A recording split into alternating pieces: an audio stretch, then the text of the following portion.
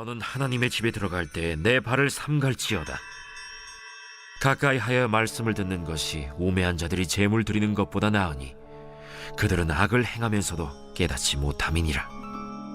너는 하나님 앞에서 함부로 입을 열지 말며 급한 마음으로 말을 내지 말라. 하나님은 하늘에 계시고 너는 땅에 있음이니라. 그런즉 마땅히 말을 적게 할 것이라. 걱정이 많으면 꿈이 생기고 말이 많으면 우매한 자의 소리가 나타나느니라. 내가 하나님께 서원하였거든 갚기를 더디게 하지 말라. 하나님은 우매한 자들을 기뻐하지 아니하시나니 서원한 것을 갚으라. 서원하고 갚지 아니하는 것보다 서원하지 아니하는 것이 더 나으니 내 입으로 내 육체가 범죄하게 하지 말라. 사자 앞에서 내가 서원한 것이 실수라고 말하지 말라. 어찌 하나님께서 내 목소리로 말미암아 진노하사 내 손으로 한 것을 멸하시게 하랴. 꿈이 많으면 헛된 일들이 많아지고 말이 많아도 그러하니 오직 너는 하나님을 경외할지니라.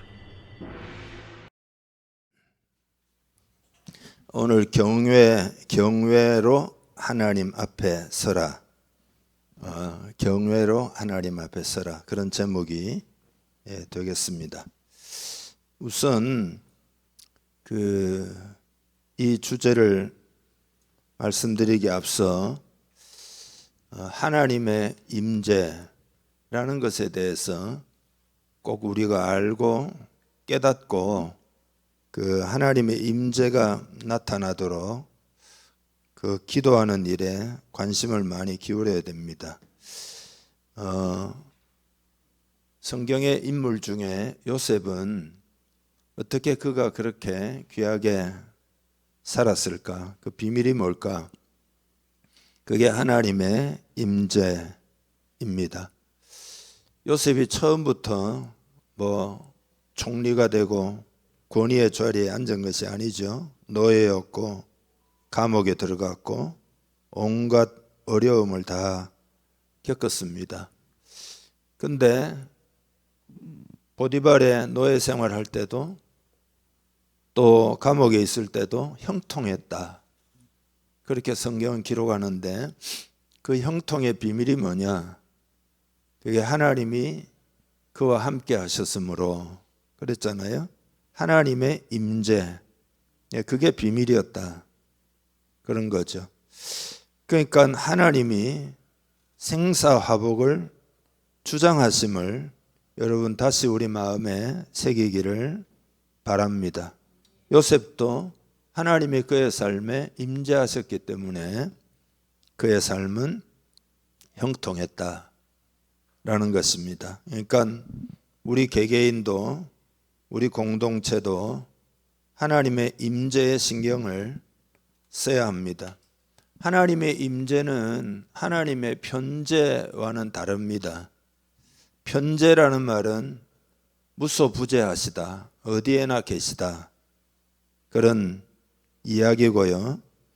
그렇지만 어디에나 계신 하나님을 우리가 온전히 받아들이고 그래서 하나님이 우리를 완전히 주장하시고 성령으로 충만하고 하나님의 영광을 우리에게 구체적으로 나타내실 때 그것을 하나님의 임재라고 표현합니다. 그 하나님의 임재가 우리를 형통하게 만든다라는 겁니다. 하나님의 임재가 없으면은 세상이 존재할 수도 없고 또 아무 의미도 없습니다. 그러니까 사모하고 사모해야 될 것이 하나님의 임재입니다. 그래서 우리가 하나님을 우리의 삶에 잘 모셔드려야 할 것입니다. 하나님은 진실로 우리를 축복하기를 원하시는 하나님이십니다. 진실로 우리를 사랑하시기 때문에 십자가의 독생자를 내어 주신 겁니다. 그리고 우리를 다 귀하게 쓰시기를 원하십니다. 그러니까 하나님이 과연 나를 쓰실까? 내 삶은 축복이 있을까? 그렇게 생각하는 것은 하나님을 너무 모르고 하는 말입니다. 하나님께 우리를 드리면은 하나님은 우리를 축복하십니다. 우리를 귀하게 들어 쓰십니다. 우리의 삶을 영광스럽게 하십니다.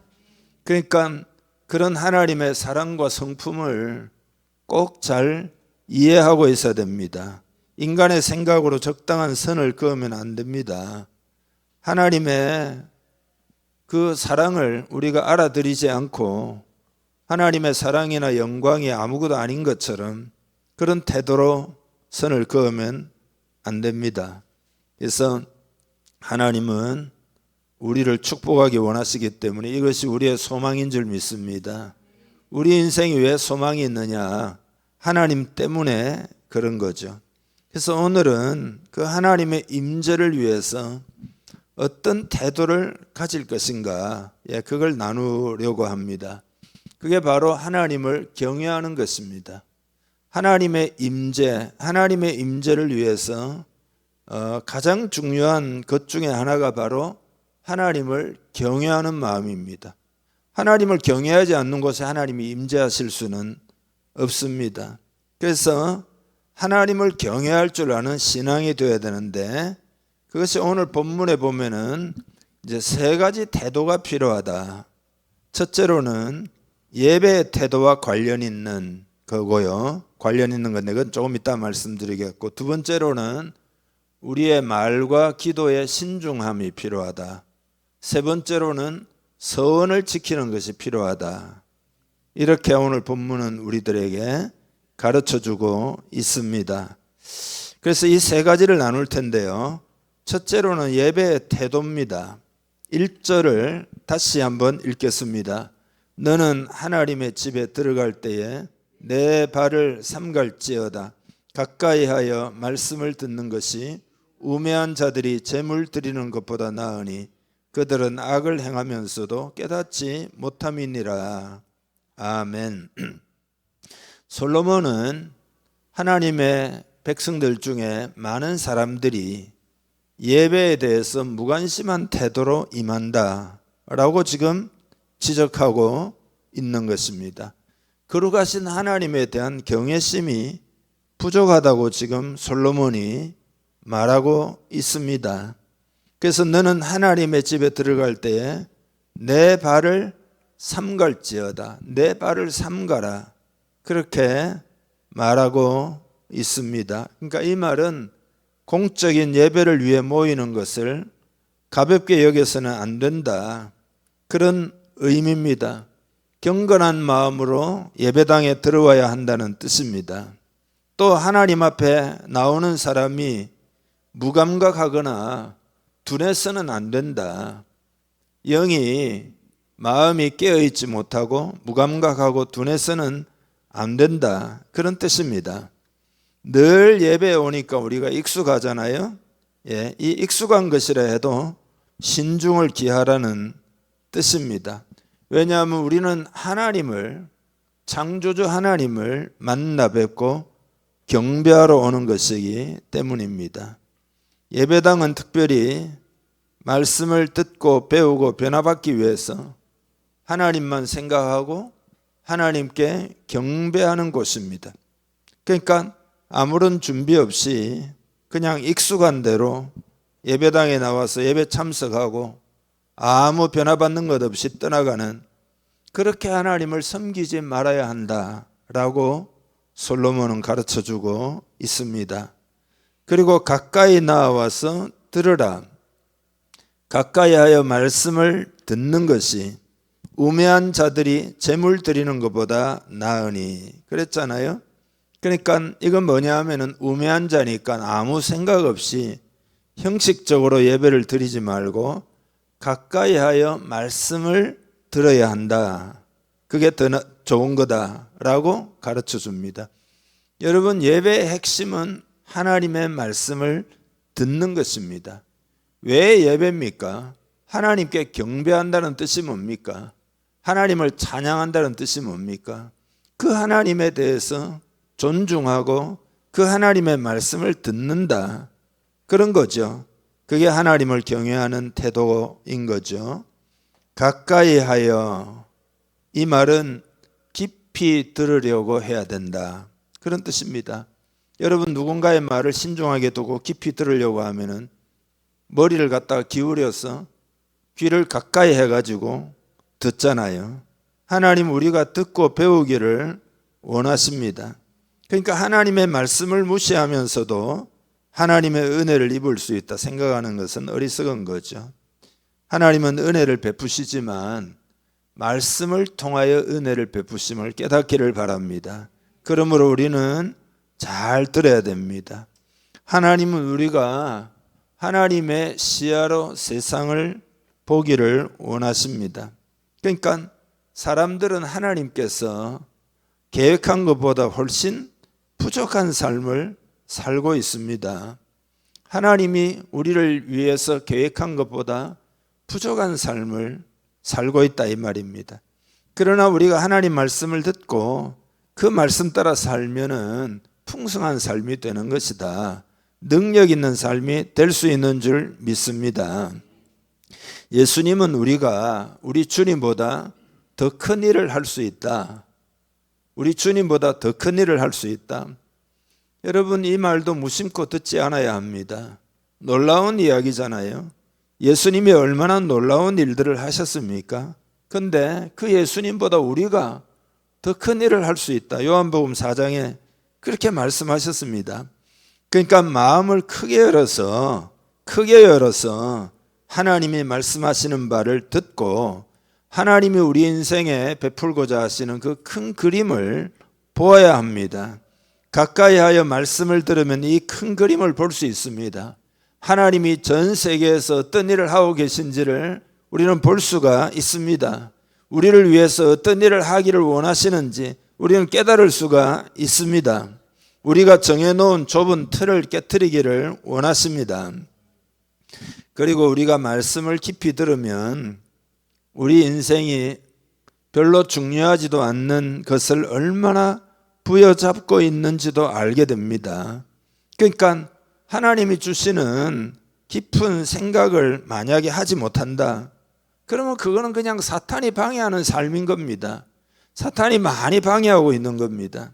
누구든지 깊이 생각하지 못하고 삶을 살고 있다면 그 문제를 꼭 해결해야 합니다. 그리고 지식적으로 알고 있는 것으로 만족하지 않아야 됩니다. 우리는 하나님의 말씀을 체험하고 하나님의 세계를 경험하고 하나님이 이 땅에 우리를 통하여 하시는 일들에 대하여 마음을 크게 써야 합니다. 깊이 듣는 것이 중요한 이유는 깊이 들으면 어떻게 되는가 하면은 머리로 이해될 뿐만 아니라 마음에 큰 감동이 밀려와 가지고 그 하나님의 성령 하나님의 은혜의 역사로 말미암아 그 말씀대로 사라지는 역사가 있습니다. 그러니까 그렇게 되어야 됩니다. 그러니까 우리는 말씀을 억지 순종할 필요가 없습니다. 하나님의 말씀이 순종하도록 역사하십니다. 하나님 말씀이 은혜로 인해서 우리 마음에 깊이 듣다 보면 크게 와닿으면 그 말씀이 나를 이끌어가는 것을 우리가 체험하게 됩니다. 가까이 들으면 그렇게 됩니다. 그런 체험이 여러분에게 있기를 주님의 이름 축복합니다. 여러분이 말씀을 지키려고 애를 쓰면은 그건 다 한계가 있습니다. 지키지도 못할 뿐더러 그냥 어떤 선을 그어놓고 적당한 수준에서 하고 말고 형식적이 되고 맙니다. 그러나 하나님의 말씀을 가까이 들으면 그 말씀이 내 안에 불이 되고 역사가 일어나가지고 기꺼이 순종하게 되고 열매도 맺고 그리고 영향력도 주어지게 됩니다. 내가 영향력을 행사하지 않아도 영향력이 주어져 가지고 사람들이 우리의 일을 통해 사역을 통해 변화를 받고 축복을 받게 됩니다. 이것이 하나님이 주고자 하시는 그런 삶인 줄 여러분 믿으시기를 바랍니다. 그리고 오늘 본문에 보면 형식적인 예배는 형식적인 것으로 그치지 않는다는 거예요. 악을 행하는 것이랍니다. 그래서 그들은 악을 행하면서도 깨닫지 못함이니라.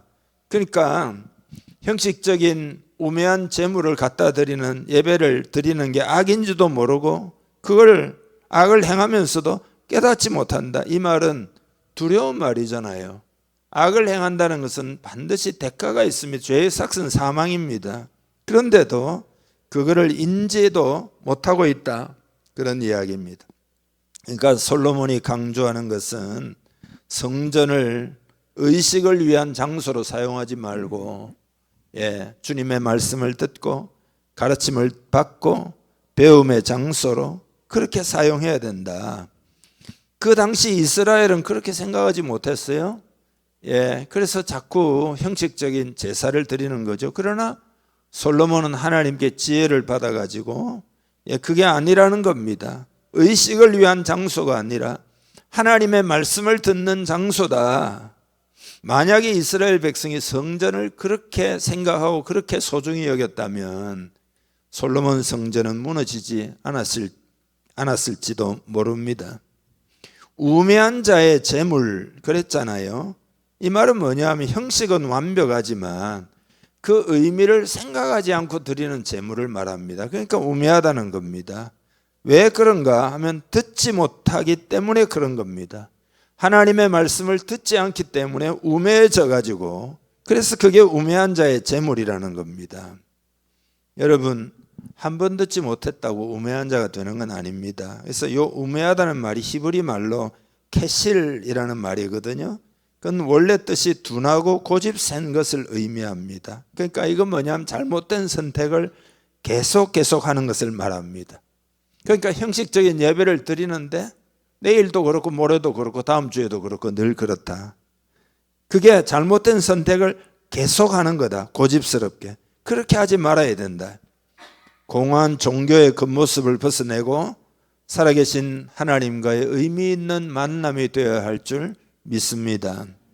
우리 공동체가 하나님을 경외하고 예배를 더욱더 새롭게 드리면은 하나님의 영광을 나타내신다. 하나님의 영광이 나타나야 한다. 그러면 우리 삶이 형통의 삶이 되고 하나님의 일하심을 우리는 경험할 수 있게 되는 거다. 그러니까 오늘부터 이렇게 되도록 더욱 깨닫고 기도할 수 있기를 바랍니다. 두 번째로는 말과 기도의 신중함입니다. 그러니까 솔로몬은 성전에서 성급하게 말을 내뱉지 않도록 마음을 다스려야 된다라고 강조하고 있습니다. 성급하게 말을 내뱉지 말라. 그러니까 성전은 하나님을 듣기 위해서 오는 것이지 나의 지식이나 내 생각을 과시하거나 주장하기 위해서 오는 게 아니기 때문에 그렇다 이 말이죠. 이 말씀은 굉장히 의미가 있습니다. 그러니까 마치 여러분 우리가 하나님을 대할 때 내가 하나님보다 더 높은 지위에 있거나 내가 하나님보다 더 지혜롭거나 그런 것처럼 그렇게 하나님의 말씀을 판단하고 또 하나님도 판단하고 하나님의 이런 하나님 저런 하나님을 그렇게 쉽게 하지 말라 이 말이죠. 그래서 그 구절을 읽어보겠습니다. 2절인데 다 같이 읽습니다. 너는 하나님 앞에서 함부로 입을 열지 말며 급한 마음으로 말을 내지 말라. 하나님은 하늘에 계시고 너는 땅에 있음이니라. 그런즉 마땅히 말을 적게 할 것이라. 아멘. 하나님은 하늘에 계시고 너는 땅에 있음이니라. 그러니까 하나님과 사람 사이에는 큰 격차가 있다. 그러니까 성급하게 사람의 생각으로 하나님 이런 분이고 저런 분이고 그렇게 성급하게 판단하지 말라요. 잘 들으면은 하나님이 어떤 분이신지를 알게 됩니다. 영으로 듣고 믿음으로 들으면 하나님이 어떤 분이신지 그의 성품과 그분의 영광을 우리는 점점 더 알아가게 되는 거다라는 거죠. 미국의 린든 존슨 대통령 시절에 보좌관들과 함께 백악관에서 식사를 하면서 그 중에 이제 언론인이 한 사람이 되게 신뢰받는 언론인이었는데 빌 모이어스라는 사람. 근데 이 사람이 백악관 대변인을 당시에 맡아가지고 있었습니다. 그래서 대통령이 이 모이어스에게 식사 기도를 부탁을 합니다. 그러니까 전부 눈을 감고 모이어스가 기도를 하는데 기도 소리를 너무 작게 하는 겁니다. 그래서 대통령이 기도 중간에 빌 더 크게 기도해. 잘 안 들려. 기도 중간에 그러는 거예요. 그러니까 이 대변인이 하는 이야기가 이런 이야기, 각하 저는 각하께 말하고 있는 것이 아닙니다. 그러니까 대표 기도라는 것은 조그마한 모기 소리로 기도하는 것이 잘한 일은 아니잖아요. 잘 들릴 수 있도록 하고 사람들의 마음을 모아가지고 가능하면 우렁차게 기도하는 것이 좋죠. 그렇지만 이 이야기가 주는 교훈이 한 가지 있어요. 기도는 하나님에게 하는 것이다 라는 점입니다. 그러니까 기도하는 사람이 하나님을 생각하지 않는다면 그건 기도가 아닌 거죠. 기도가 무슨 심리적인 무슨 한풀이가 아니지 않습니까? 기도는 하나님이 들으시는 거죠. 그렇기 때문에 제대로 기도하기 위해서는 우리가 마주하는 하나님이 어떤 분이신지를 알아야 되는데, 여러분 우선 하나님은 크신 하나님이신 줄 믿습니다. 크신 하나님. 그래서 그 하나님께 우리가 기도할 때도 들으면서 기도해야 된다. 하나님께 들으면 큰 믿음을 가지게 됩니다. 그러니까 우리는 너무 적은 것을 구한다 이거예요. 내가 원하는 요것만 해달라, 요것만 해달라. 하나님 요 문제만 해결해 주세요. 이런 기도를 넘어서야 된다. 그게 뭐냐? 그게 성급하게 말을 내뱉는 거다. 하나님을 먼저 들으면 우리가 하나님의 위대하심과 크심을 알게 되니까 기도도 차원이 하나님 차원이 되는 거죠. 그 전에 제가 말씀드린 필립스라는 분이 쓴 이게 현대 기독교의 현대 고전인데요. 너의 하나님은 너무 작다라는 책입니다.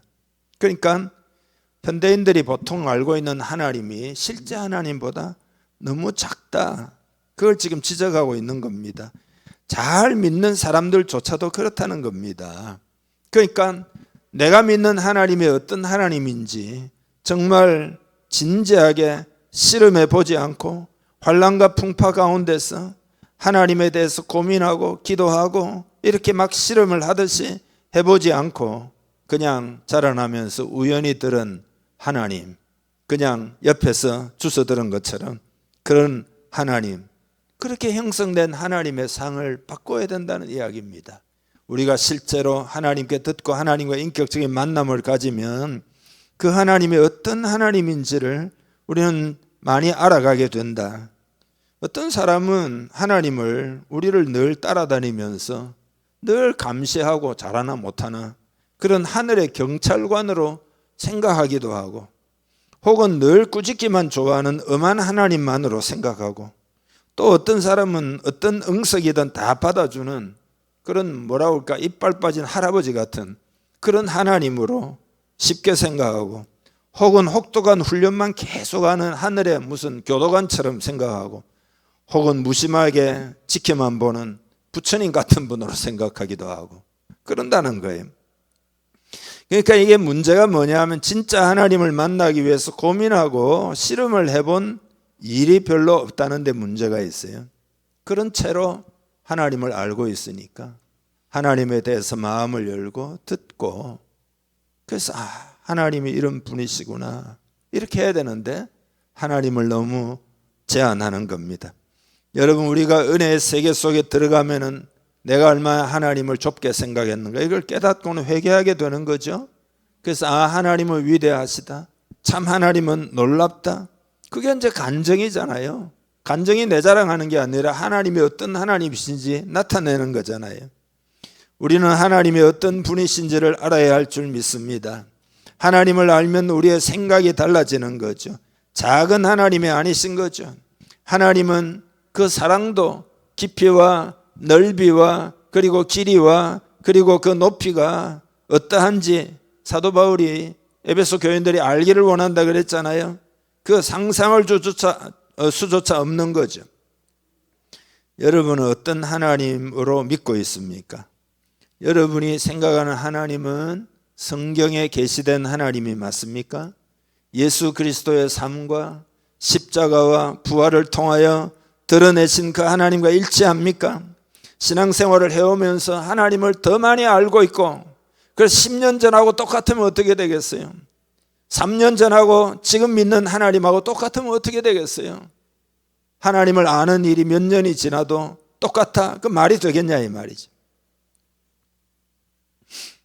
하나님은 너무도 광대한 분이기 때문에 인간의 좁은 이해력으로는 억만분지 1도 알 수 없고, 절대 닿을 수 없는 존재인데 그러나 하나님을 가까이 하고 하나님을 온전히 섬기면 하나님이 자신을 자꾸 계시해 주시는 거죠. 자신을 나타내 보여주는 거죠. 아, 하나님이 이런 분이시구나, 이런 분이시구나. 그래서 하나님 위대하신 분인 줄 믿습니다. 주기도문에 보면은 이렇게 기도하라고 주님이 가르쳤죠. 하늘에 계신 우리 아버지여. 하늘에 계시다. 하나님은 하늘에 계신 줄 믿습니다. 위대하시다 그 말이죠. 거룩하시다 이 말이죠. 크신 하나님이시다 그런 이야기죠. 그렇기 때문에 조급한 마음으로 말을 내뱉지 말라는 거예요. 그러니까 하나님 조금만 해결해 주시고 그런 수준에서 기도하지 말라. 하나님을 내 생각으로 제한해가지고 그냥 뭐 내 욕심이나 채우는 정도로 그렇게 기도하지 말라는 겁니다. 크신 하나님을 만나면 기도가 큰 기도를 드리게 된다. 그게 하나님께 합당한 거죠. 예. 여러분이 예를 들어서 뭐 세상에 어마어마한 사람을 만났는데 그 사람이 여러분에게 뭐든지 소원을 말하면은 내가 다 들어주고 싶은데 소원이 뭐 있습니까? 이렇게 물으면 그 사람이 나를 사랑하고 할 수 있는 능력도 다 있으면은 크게 구해야 되지. 요새 막 쪼들려가지고 100만 원만 보태주세요. 그러면 그 사람의 영광에 합당한 이야기가 아니잖아요. 아니 나를 뭘로 보고 원하는 거 구해라 했는데 100만 원만 달라고 구하냐. 그럴 거 아니에요. 하나님은 위대한 하나님입니다. 예. 우리가 나라를 위해서 기도할 수 있는 이유가 뭐죠? 온 세상을 위해서 기도할 수 있는 이유가 뭐죠?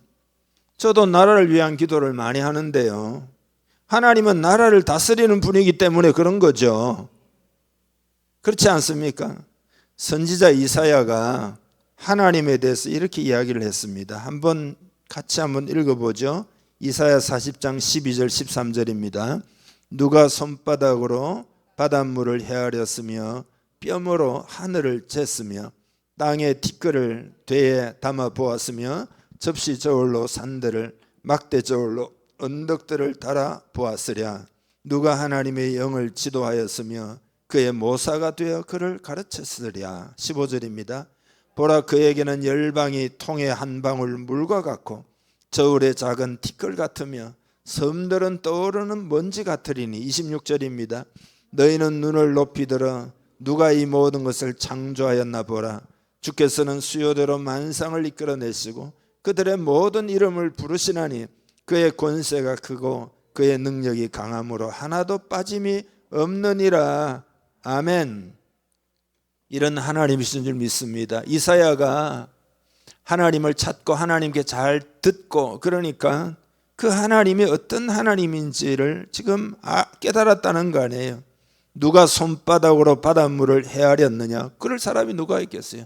그럼 하나님은 그 헤아릴 정도가 아니고 그걸 만드신 분이다 이 말이죠. 우리는 하나님을 나에게 편한 정도로 작게 만들어서 자꾸 믿고 싶어 합니다. 내가 이해할 수 있는 정도의 하나님을 원해요. 혹은 내가 조정할 수 있는 정도의 하나님을 원합니다. 나를 뭐 귀찮게 하는 하나님은 싫다는 거예요. 고분고분 내 말을 듣고 내가 기도할 때 좀 보태주시고, 예? 내가 예수님을 따르는 것이 아니라 예수님으로 하여금 나를 따르도록 자꾸 만들려고 하고 그래서는 안 되는 거지. 그게 뭐니? 그게 우상이죠. 우상은 내 마음대로 내 뜻대로, 예? 내가 원하는 거를 돌이나 뭐 나무로 깎아가지고 그 모양 만들어가지고 비나이다 그거잖아요. 그러한 하나님은 나를 편하게 해줄지 모르지만 나를 변화시켜 주지는 못합니다. 때때로 나를 위로해 줄지는 몰라도 나를 구원해 주지는 못합니다. 예, 하나님을 여러분 제대로 알고 기도해야 할 줄 믿습니다. 그러니까 교회 와가지고 말을 성급하게 내뱉지 말라는 거예요. 하나님의 영광을 보고 듣고 그렇게 해서 기도를 한마디 해도 그런 하나님께 걸맞은 그런 기도를 올려드려라, 그런 이야기. 윌버리스라는 사람이 이런 글을 썼습니다. 나는 3달러 얻지만 하나님을 사고 싶습니다. 꼭 이제 그런 시입니다. 제가 읽어드릴게요. 나는 주님의 작은 일부만을 사고 싶습니다. 내 영혼을 깨트리지 않을 정도만, 수면에 방해받지 않을 만큼만, 내 인생이 사로잡히지 않을 만큼만, 따뜻한 우유 한 잔만큼만이면 됩니다. 뇌 죄책감을 조금 누그러뜨릴 만큼이면 나는 $3어치만 하나님을 사고 싶습니다. 호주머니에 넣을 만큼의 사랑이면 충분합니다. 흑인을 사랑하도록 만들 정도로 혹은 이민자들과 사탕무를 주우러 다니게 할 정도라면 곤란합니다. 내 마음을 바꾸지 않아도 될 정도만, 시간이 날 때 교회 가고 싶을 마음이 들 정도만, 햇볕을 받으면 낮잠을 즐길 수 있을 정도면 됩니다. 나는 변화가 아니라 황홀경을 원합니다. 거듭나지 않고 그냥 모태에서 온 길을 즐기며 지내고 싶습니다. 나는 영혼의 2kg만 사서 종이 봉지에 담아 들고 싶습니다. 그 이상을 사야 한다면 무르고 돈을 되돌려 받겠습니다. 나는 $3어치만 하나님을 사고 싶습니다. 곧 그중 일부는 구전날을 위해 숨겨두렵니다. 사람들이 알아차릴 정도로 내 안에 심한 변화가 일어나지 않도록 어떤 책임도 느끼지 않을 만큼만, 사람들이 나를 보고 괜찮은 사람이라고 여길 정도만, 이렇게 $3어치만 하나님을 살 수는 없을까요? 꼭이요. 이게 이제 이 사람이 쓴 시입니다. 자꾸 우리는 우리 자아 때문에 하나님을 나에게 맞춰달라고 기도를 많이 하는 겁니다. 그래서 우리 형편이 이러니까 우리 형편에 맞게 그냥 적당하게 기도해야 되지, 그렇게 하지 말라는 겁니다. 하나님께 맞춰서 우리의 삶을 살라는 거예요. 그러니까 말을 많이 하지 말라 그랬잖아요. 이 말은 내 주장을 내세우는 거 말이에요. 내 생각은 이런 거고, 그러니까 내 생각은 이런 거고 내 주장은 이거, 그렇게 하지 말라는 거예요. 하나님께 대하여 배우고 그 하나님이 어떤 분이신지를 알고 그분에게 합당한 말을 하라는 거예요. 작은 말을 할지라도. 기도도 여러분 그런 마음의 중심이 깊이 실려 있으면은 어떨 때는 한마디면 족합니다. 한마디면 족해요. 우리가 막 죽으라고 막 해가지고 하나님을 움직여야 된다 이렇게 생각하면 안 된다 이거지. 하나님은 위대하시기 때문에 그에 걸맞는 믿음을 가지고 기도해야 되는 거죠. 하나님은 하나님이시고 우리는 피조물인 거죠. 경외하는 태도가 필요한 거죠. 여러분, 우리가 인간이 똑똑하다 하지만은 우리가 한 것이 있습니까? 하나님이 다 하신 거죠. 하나님이 해주시지 않으면 지금 우리가 존재할 수 있습니까? 불가능합니다. 아무리 생각해도. 그러니까 우리 속에 하나님이 다 하셨다 이런 고백이 있는지를 봐야 됩니다. 하나님이 다 하셔서 이 고백이 있어야 합니다. 그건 하나님을 아는 거죠. 내가 뭘 했다 이건 하나님을 정말 모르는 거죠. 사람들은 자기 생각으로 다 판단해요. 시대도 판단하고 나라도 판단하고 교회도 판단하고 뭐 안 되겠구나 그러고 자기 가정과 자기 자신을 판단하고, 하나님이 어떻게 보시는지에 초점을 맞춰 제대로 된 눈으로 보기를 원하십니다. 그런 눈이 열리기를 주님의 이름 축복합니다. 사람은 자기 생각이 틀린 게 많습니다. 그러니까 한번 생각해 보세요. 세상을 볼 때도 세상을 세상의 눈으로 판단하면 보입니까? 아니 세상이 주는 정보인데 그 정보로 세상을 판단하는 게 맞는 이야기냐고요. 하나님의 눈으로 세상을 봐야 정확하지요. 요즘 청년들 몇 사람 데리고 줌으로 성경 공부를 하는데요. 창세기 1장을 공부하면서 저의 목적이 뭐냐?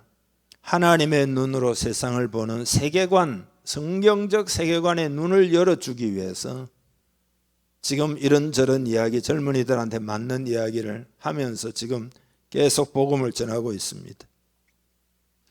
우리는 말씀 속에서 하나님이 어떤 분이신지, 어떻게 말씀하신지를 보고 그 진실을 따라 살아야 합니다. 하나님은 하늘에 계시고 너는 땅에 있음이니라. 그런즉 마땅히 말을 적게 할 것이라. 솔로몬이 이 말의 의미를 여러분 아시겠습니까? 그 하나님이 어떤 분이신지 알고 여러분 기도하기를 바랍니다. 큰 축복을 구하기를 바랍니다. 큰 축복 중에 축복이 성령이잖아요. 하나님 자신을 주시겠다는 거 아니에요. 하나님 자신을 주시겠다. 그게 성령 충만이죠. 큰 은혜를 구하기를 바랍니다. 하나님의 나라를 구하기를 바랍니다. 세 번째로 하나님을 경외하는 게 서원을 갚는 거다 그랬잖아요. 하나님을 경외한다면 서원을 지켜야 한다는 거예요. 그게 오늘 본문 4절 5절 6절입니다. 같이 읽습니다. 내가 하나님께 서원하였거든 갚기를 더디게 하지 말라. 하나님은 우매한 자들을 기뻐하지 아니하시나니 서원한 것을 갚으라. 서원하고 갚지 아니하는 것보다 서원하지 아니하는 것이 더 나으니 내 입으로 내 육체가 범죄하게 하지 말라. 사자 앞에서 내가 서원한 것이 실수라고 하지 말라. 어찌 하나님께서 내 목소리로 말미암아 진노하사 내 손으로 한 것을 멸하시게 하랴. 아멘. 경솔한 약속을 하지 말고 또 약속을 했을 때는 반드시 지키는 태도가 필요하다. 이게 하나님을 경외하는 거다. 여러분, 하나님에 대해서 신실함을 지키기를 바랍니다. 하나님은 예를 들어 그렇게 하나님의 목적은 아니지만 내가 막 손해를 본다 하더라도 그 서원을 지켜야 되는 거죠. 왜냐하면 하나님 편에서는 약속을 반드시 지킵니다. 구약 성경, 신약 성경 전체가 약속의 책이잖아요. 약속의 책. 예. Old Testament. 그게 뭐죠? 예. 옛날 약속이라는 거잖아요. New Testament. 그게 뭐죠? 약속이 성취된 새 언약. 하나님은 약속의 하나님이다. 우리를 향한 약속도 반드시 하나님 편에서 지킵니다. 그러니까 우리도 그 약속을 붙들고 기도하고 계속 충성을 하고 그 약속은 이루어진다. 그 약속은 이루어진다. 이렇게 생각하면서 우리 편에서도 서원을 지켜나가는 것. 예, 그렇게 되면 하나님의 역사를 보게 된다. 그런 이야기죠. 창세기 28장에 보면은 야곱이 형의 눈을 피해 가지고 도망을 하잖아요. 광야에서 베델이라는 곳에 이르러 가지고 그곳에서 너무나 자기 삶이 참 비참하고 그러니까 그곳에서 서원을 하죠. 여호와께서 나의 하나님이 되실 것이요 내가 기둥으로 세운 이 돌이 하나님의 전이 될 것이요 하나님께서 내게 주신 모든 것에서 10분의 1을 내가 반드시 하나님께 드리겠나이다. 이렇게 서원을 합니다. 그러다가 20년이 지나가지고 외삼촌 라반의 집에서 고향으로 이제 갈 때, 곧 돌아갈 때 위기 상황을 만나잖아요. 예, 그때 하나님이 그 야곱에게 그 돌아가기 전에 직전에 뭐라고 했냐? 나는 베델의 하나님이다. 베델에서 네가 나를 만났고 네가 나한테 서원을 하지 않았느냐? 네가 거기서 기둥에 기름을 붓고 거기서 내게 서원하였으니 지금 일어나 이곳을 떠나서 내 출생지로 돌아가라.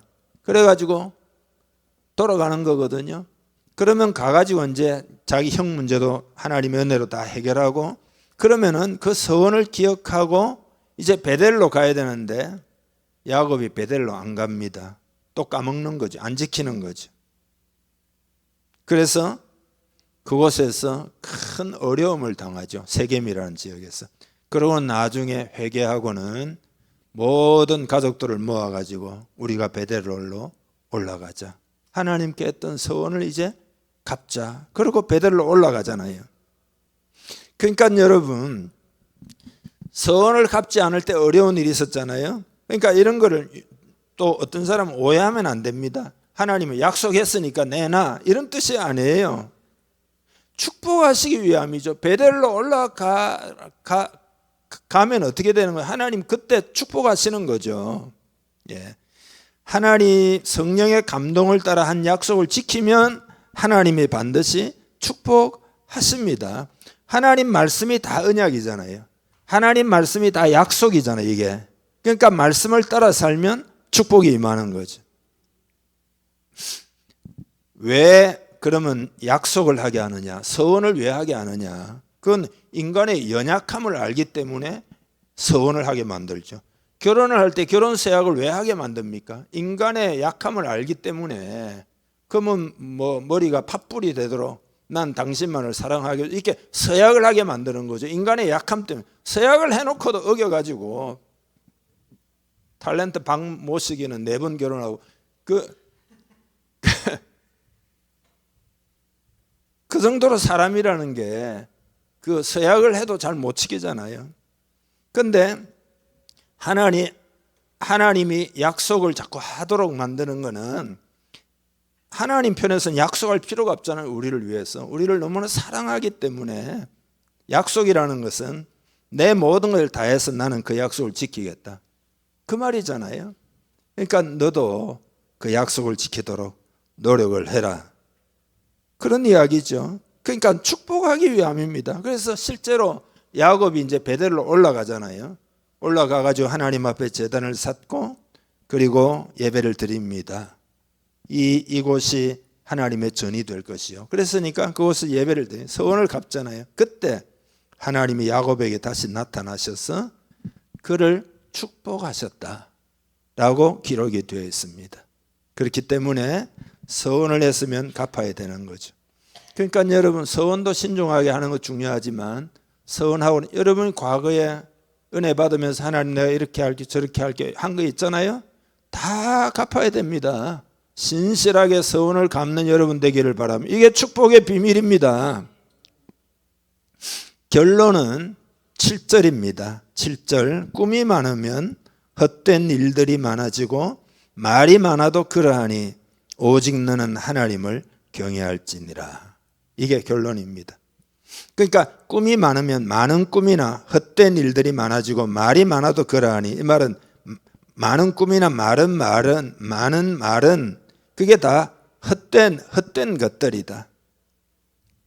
그러니까 여기서 꿈이라는 건 밤에 잘 때 꾸는 꿈을 말하는 게 아니에요. 그건 그냥 내 마음에 하나님 내가 뭐 되면 좋게 뭐 되면 이렇게 하나님의 주시는 목적과 의미와 하나님이 이 세상을 경영해 나가시는 그 하나님에 대한 지식과 이런 거 없이 그냥 괜히 난 뭐 이게 많으면 좋겠고 저게 많으면 좋겠고 그게 다 헛된 것들이다. 그러나 너는 오직 하나님을 경외할지니라. 하나님을 존중히 여기고 하나님을 두려워할 줄 알고 하나님을 경외하고 살라. 그런 자에게 축복이 있다. 그런 이야기입니다. 성경에 하나님 경외하면은 하나님이 얼마나 복 주시는지에 관한 기록이 무수히 많은데 두 가지만 읽고 말씀 마무리하려고 합니다. 시편 25편 14절입니다. 여호와의 친밀하심이 그를 경외하는 자들에게 있으며 그의 언약을 그들에게 보이시리로다.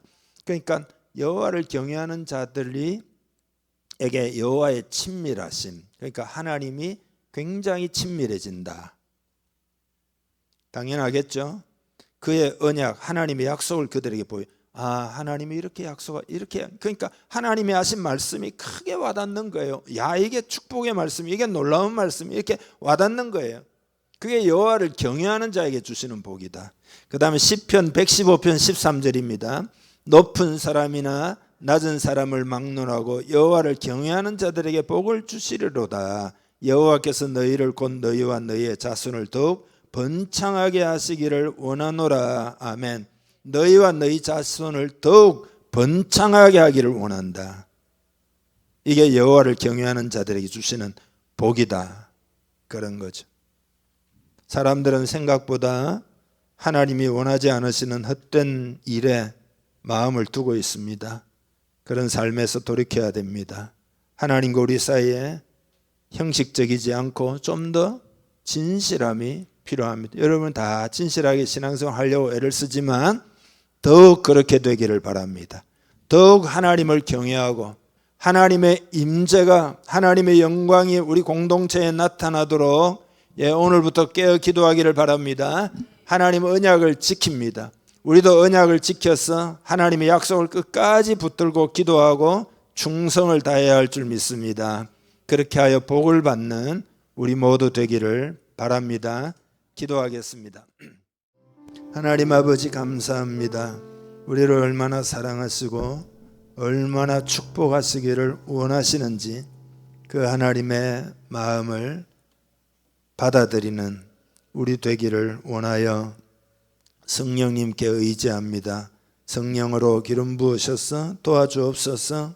하나님이 얼마나 영광의 하나님, 얼마나 사랑의 하나님, 얼마나 축복의 하나님, 얼마나 위대하신 하나님이신지 알게 하여 주시옵소서. 그 하나님을 예배할 때 참으로 우리의 발을 삼가며 하나님이 어떤 분이신지 알고 예배하는 우리 되기를 원합니다. 우리의 기도도 하나님의 크심과 어울리는 그런 믿음의 기도를 드리기를 원합니다. 그리고 하나님과 약속을 한 그 서원을 잘 지키기 위하여 하나님의 은혜를 구하고 성령의 충만함을 구해서 그 하나님의 약속을, 하나님께 한 약속을 잘 지키고 살아가는 그런 신실하고 충성된 그런 교회 되기를 원합니다. 하나님, 그런 경외함으로 하나님 앞에 설 때 하나님께서는 우리와 가까이 하시고 하나님의 친밀하심을 우리에게 보이시고 우리와 우리의 후대를 복주신다 하셨사오니 이러한 역사가 이곳에 일어나기를 간절히 원하오며 축복하며 예수님의 이름으로 기도하옵나이다. 아멘.